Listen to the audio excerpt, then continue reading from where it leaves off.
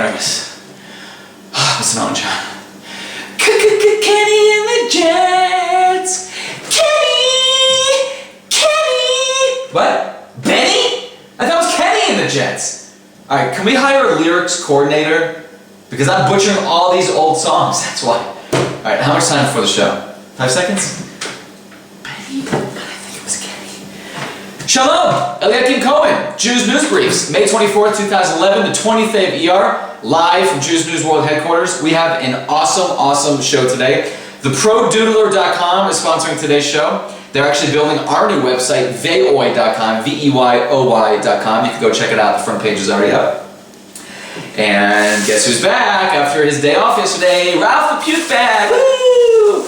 I told Ralph this morning he is never getting a day off again because after yesterday's show and all the nonsense, I really needed him.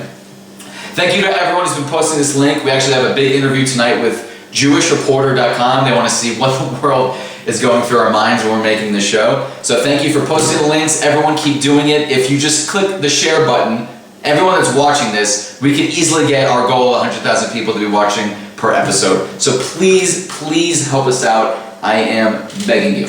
Let's do some Today in Jewish History like we always start off with. Dr. Joseph Mengele, who I hope right now is completely rotting in hell, arrived at Auschwitz on this day in 1943, and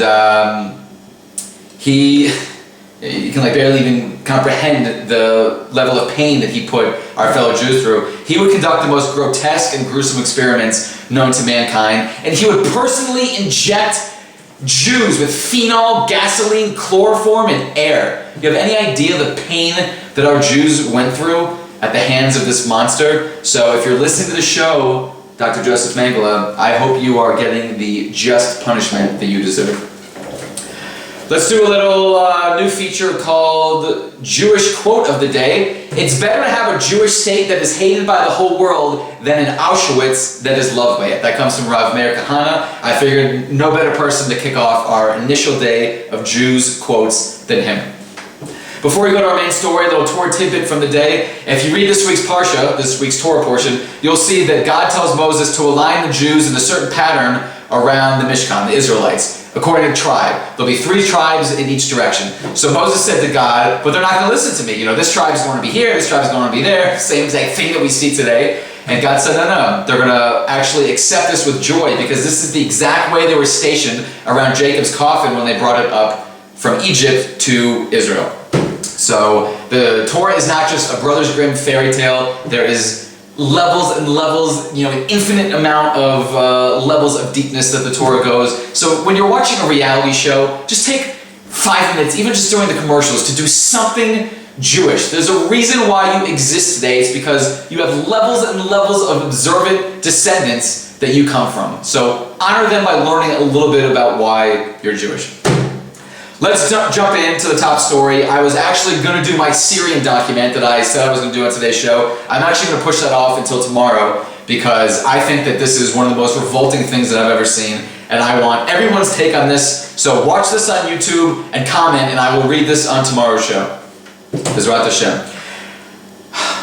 Knesset members were supposed to go to Shechem, which is Nablus, a town in the Shomron, and the IDF, which stands for Israeli Defense Forces, was supposed to accompany them, along with the police. But the Arabs threatened violence. So instead of saying, yeah, we don't really care, we're coming in because we're the Defense Forces, they decided to cancel the trip. So we all know, remember those old commercials for the hefty cinch sack bags? Well, you know, one bag was hefty. Well, what we are right now is wimpy.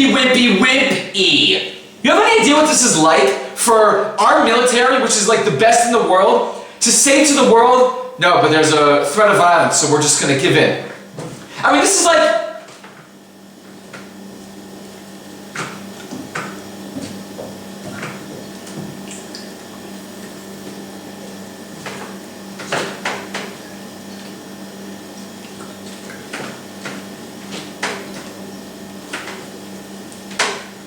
I mean, that's really what I think about this. I think this is one of the most pathetic and weak things that we've ever done as a country. That we let threats of violence cancel a trip to a almost 4,000-year-old grave that for some idiotic reason we don't even have full-time access to. So I want to know everyone's comments about this. I want to know what you think about the Israeli Defense Forces and the police in this country backing down because of Arab threats of violence. Please comment on this, because this needs to be heard. Your opinion about this needs to be heard. And speaking of opinions, in yesterday's show I asked what people thought about Israel thinking about releasing 20 terrorists with blood on their hands who killed Jews in exchange for Gilad Shalit. And it was an overwhelming answer of no. We should not be releasing these terrorists under any circumstance. Releasing terrorist prisoners to get that one captive is definitely not a good idea. I don't agree with this, but if we do let them go, we should hunt them down and kill them in a special ops move. Actually, I really like that quote. Israeli government should definitely not give them over for Gilad Shalit. Torah says no. Can vary over time to be detrimental. Releasing terrorists is not a good idea. I mean, there's an overwhelming sense of releasing terrorists to get back Gilad Shalit is not a good idea. There should be some other way that we should do this. And like I said, there's a reason why this is such an issue that has plagued me, because if you say that we shouldn't do this, what if he was your brother, or your son, or your cousin? I mean, this is just a very heart-wrenching issue. Torah is very clear, we're not allowed to give an exorbitant ransom for a hostage. So thank you for all those comments. Please comment on today's thing what you think about weakness that we just portrayed to the entire world. Alright, so the next article is one of these nauseating ones that I have to read every show. In Scotland, mind you, a country that has given the world nothing other than whiskey and golf, which I actually happen to like both. But other than that, I can't think of one good thing that Scotland has done for this world. They actually got together and they decided, I thought it's called, I can't even do their accent. I don't even want to take the time to learn this grotesque people. They're going to boycott Israeli books. Books. I mean, this is like... Books. I mean, this makes me want to just pass out and go to sleep. With all the things going on in the world, Scottish people sit down and they actually agree to boycott our books. Want to know why none of these boycotts ever work? Because if they ever went a little bit farther and tried to boycott like everything that Israel did, they would realize that they would just have to kill themselves. Because everything in this world comes from Israel. Intel chips, cell phone stuff, everything medical, everything comes from Israel. There's that great YouTube video, Before You Boycott Israel, pretty much says that if you want to get rid of all your Israeli products, then just die, because there's nothing else for you to do. So Scotland, you are a disgusting, disgusting country as a whole. I'm sure there's individuals there that are nice. And there's a reason why that Icelandic volcano dust cloud is coming back in your direction, because there's always a measure for measure punishment in this. And you know who else knows this? There's a woman in Israel in America named Michelle Bachmann. She's actually running for president, I think. This is her exact words. If we reject Israel, mind you, she's not Jewish. If we reject Israel, then there is a curse that comes into play. What is she talking about? Oh, it's only in the Torah. I will bless those that bless you, and those that curse you will be cursed. I say this on pretty much every single show. She says that the United States is going to fail. They're doomed to fail if they keep up this pressure and this, non-friendship of Israel.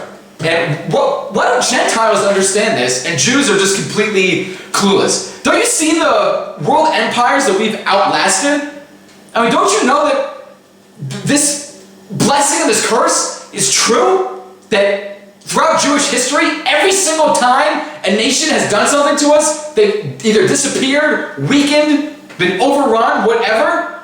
So Michelle Bachmann, if I actually cared about voting in American politics, you would actually get my vote. And everybody needs to understand that this is true. Look what's going on in America. There's tornadoes all over the place. The economy is in the toilet. Wake up, Jews in America. It's only going to get worse. All right, so here's an absolute fascinating story. Do you know that Russia is now saying that Lenin was Jewish? Wait. No, wrong Lenin. Sorry.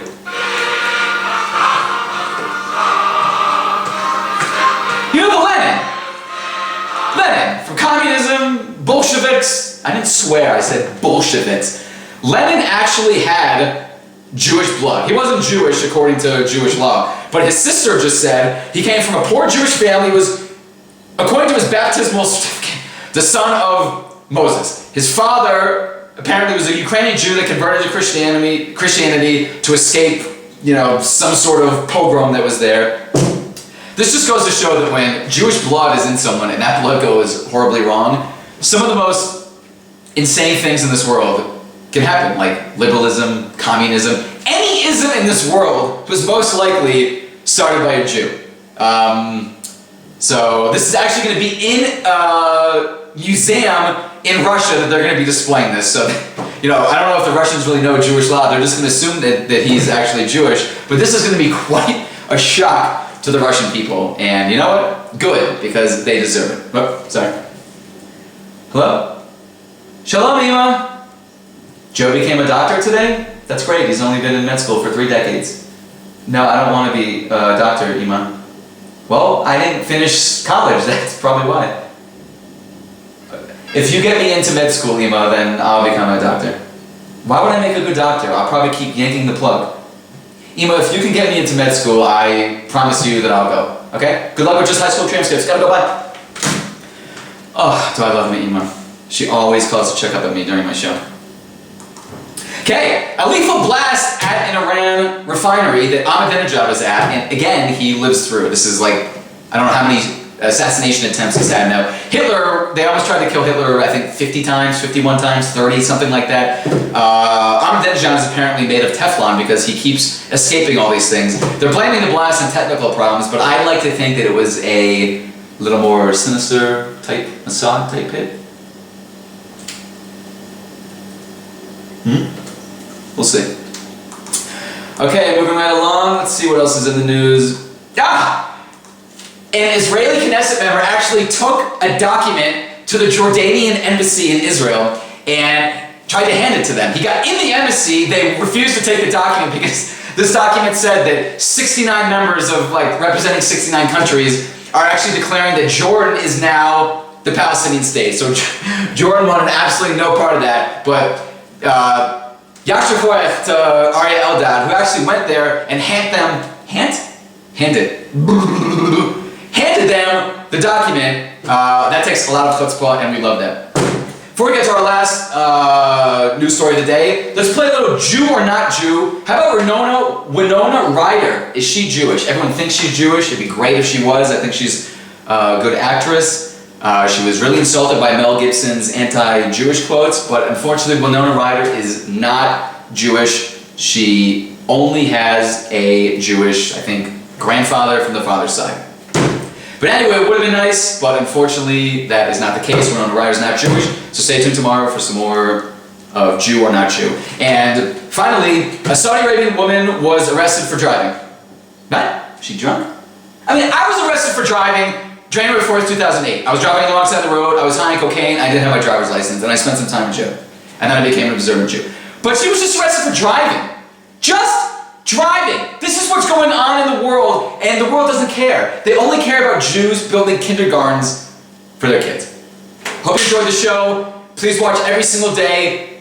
Take this link, post it everywhere. Twitter, Schmitter, Facebook, everywhere. Help us get to 100,000 people. Because remember, it is not news unless it's Jews news. Shalom.